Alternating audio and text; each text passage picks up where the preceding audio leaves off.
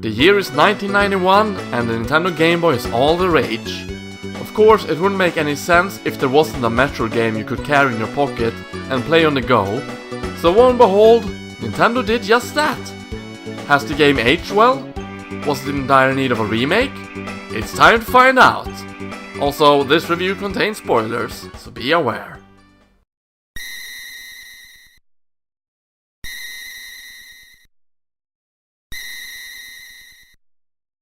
You just have to love the intro of the original Metroid trilogy, because the title screen and title music is as cold and dark as ever, even for a game that lacks color.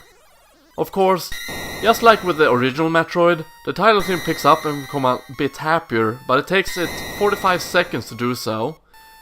Even then, it gives out the feeling of empty void and darkness until 1 minute later, entering the soundstage of something dying. It captures the feeling of the game perfectly, which is about genociding an entire species.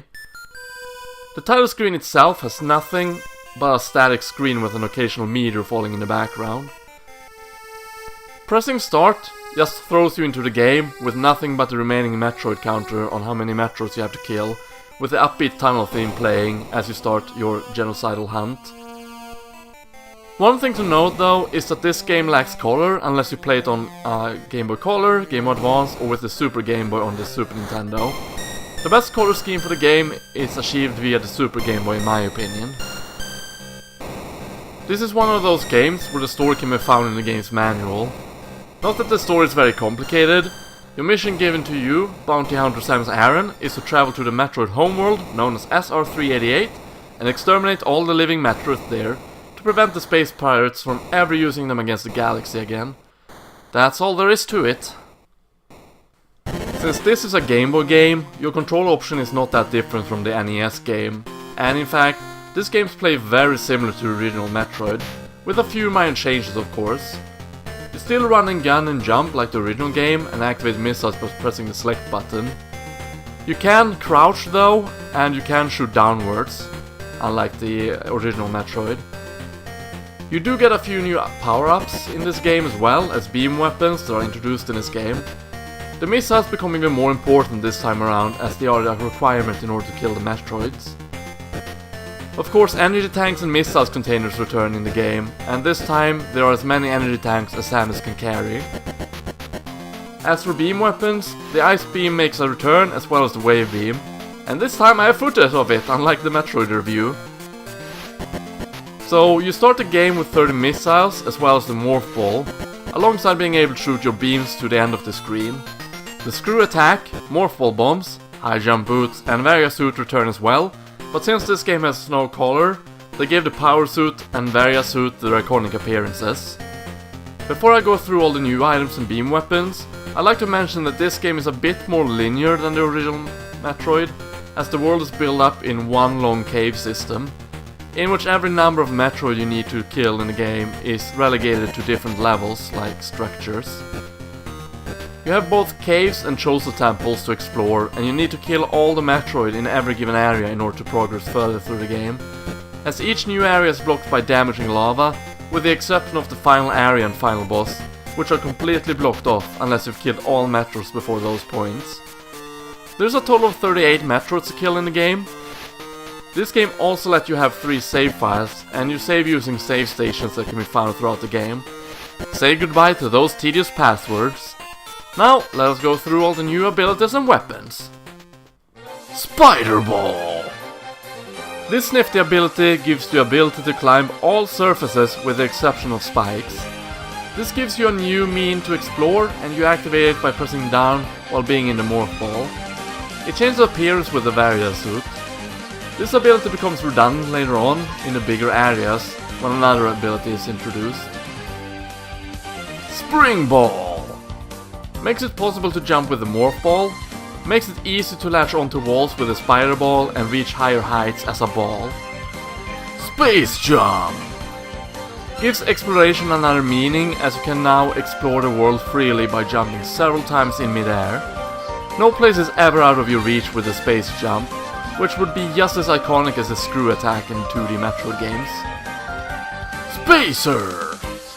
First introduced in this game, and it spaces out your range alongside making your weapons even stronger than the wave beam. Makes it easier to hit enemies. Plasma Beam! The most powerful weapon in the game, utterly destroy most enemies in one hit, but has a slightly harder time hitting the enemies instead. That's it for the new abilities in the game. There are also energy refill station and missile refill stations scattered around the world that refills your energy or missiles fully. However, now it's time to cover all the bosses in the game, as there's not enough for a video of its own. Alpha Metroid! The first evolution of the Metroids introduced in this game, and you will see it evolve from a Metroid at the beginning of the game. Not very threatening and easy to hit. Has a few horns or fangs. Will attack by charging into you. And there are a total of 15 Alpha Metroids in the game. Gamma Metroid! The second evolution of the Metroid is introduced, and it evolves from an Alpha Metroid. It grows in size, and its small horns become huge talons. The face looks kind of like a deformed skull, which I find interesting. It can only be attacked via the front, as it has a hard shell protecting it from missiles. It will attack using a short electric strike, or by simply going into you. A little bit more difficult to fight, as it's harder to hit, fly around more, and deals more damage. There's a total of 15 Gamma Metroids in the game. Arachnus! Hides itself inside an item container, and once broken it jumps out. It will come out of its ball and shoot a projectile, and will continue to jump if you try to attack it. It cannot be hurt by beam weapons or missiles. You have to attack it with the morph ball bombs and plan your bombs placement, as the Arachnus will try to avoid them by jumping. It gives you the spring ball upon defeating it. Zeta Metroid! The third Metroid form introduced in the game. It evolves from Gamma Metroids by shredding their entire skin. It flies around the room and follows your movement. It attacks by either spitting fire at you or charging into you. It can only be hurt from the front or back, and can be annoying to hit. There are a total of 3 Zeta Metroids in the game. Omega Metroid! The fourth Metroid form introduced in this game. It evolves from the Zeta Metroid by growing larger. So large in fact that the entire tail had to be cut off from the sprite. They fly around shooting a big fireball that splits itself on impact. They take a lot of missiles to take down, and they deal a lot of damage. A huge threat, but a calm mind will take them down by focusing their aim and shoot at the right time. There are a total of 4 Omega Metroids in the game. If you haven't killed all remaining Metroids except one, the final area won't be accessed due to rocks blocking the entrance. Metroids! Upon entering the lair of the final Metroid, you see an egg, and once you travel under it, Samus' Metroid radar will react, and the counter goes up to 8 Metroids from 1. Now you have 8 regular Metroids, or the larva stage as it's also called, to fight against in the final area. Just like every Metroid in the original Metroid trilogy, you have to freeze them with the ice beam first in order to kill them with 5 missiles. They damage you by latching onto you, draining your health quickly, unless you bomb yourself free using morphball bombs. There are a total of 8 larva Metroids in this game. If you don't kill all the larva Metroids, leaving 1 Metroid left again, the royal chamber will be empty. Queen Metroid! The 5th Metroid form introduced in this game, and the final evolution line of the Metroids. Only those Metroids with the right DNA may evolve into a Metroid Queen, and the eggs with those properties are well protected by the Queen herself. The biggest of all Metroids, she looks kinda like a huge reptile. She attacks by extending her neck towards you, either by biting you or ramming her head into you. She also attacks by spitting out 2 flying projectiles towards you. Those can be destroyed by the screw attack. The Metroid Queen can be attacked in 2 different ways. Either by spamming missiles in her face/head, or by stopping her mouth with missiles and travel inside her belly, through her throat, and planting morphball bombs in her belly.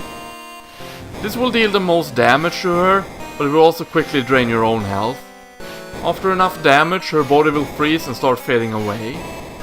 This is when you leave the royal chamber, and the Metroid egg hatches, and the baby Metroid will believe that Samus is her mother.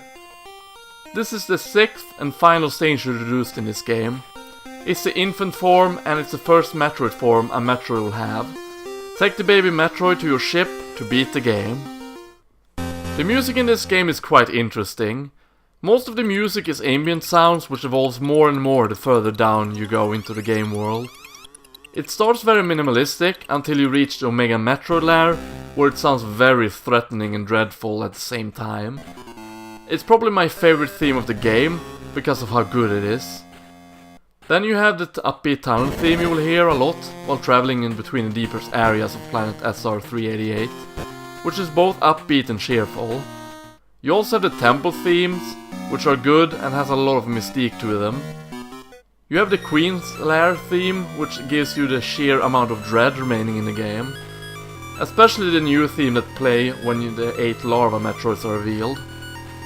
The Metroid fight theme, which sounds full of fear and let you know that it's not any threat you're up against. Let's not forget my second favorite theme of the game, which is the Metroid Queen fight theme. It's very good and let you know that you are up against the ultimate threat of the galaxy. This theme conveys an epic feeling of fear to let you know that you're screwed, so collect your Donald Blades and go home if you're not up to the challenge. Leaving you with the theme playing after the Queen has been defeated, that leaves you with a feeling of relief as you travel to your ship with the infant Metroid to top it off with a credit theme that signals that the game is over and you're done with your mission.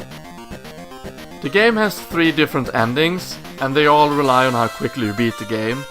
Just like the best ending of the original Metroid and Super Metroid, the best ending in Metroid 2 Return of Samus reveals that Samus was a woman. So ultimately, what do I think of the game, and did it need a remake? I absolutely love this game, and even to this day I can think back to my first playthrough of the game, because I remember being scared when encountering Metroids. Especially when the battle theme started and I wasn't prepared for it. It would always make me jump. Running into the unknown had me scared as well. I had played the ending of the game several times before, but the game was saved after all larva Metroids had been killed. So when I first entered that reveal, I got scared and turned off the game and stopped playing for a few hours. Other than being really scared while playing in the game, I also had a lot of fun, even if it was confusing and I ran around a lot in one area, trying to find the last Metroid there. I don't generally think this game needed a remake, because it had aged well gameplay-wise and world-wise. The only thing it really needed, in my opinion, was color. Metroid 2 still holds up today, and it's one of the best Game Boy games I have played. It might not be one of the best Metroid games, but it is fun and still a great game in my opinion. The music is great, and its use of ambient sound was before its time. Next time, I will take a look at the fan-made remake known as AM2R, before tackling the official remake known as Samus Returns. Hello everyone, thank you very much for watching this review of Metroid 2 Return of Samus. A special thanks to my 2 Patreon supporters, Patrick Peterson and Hikikomori Media, for your wonderful pledges. Remember, if you want to support the channel, you can support me on Patreon.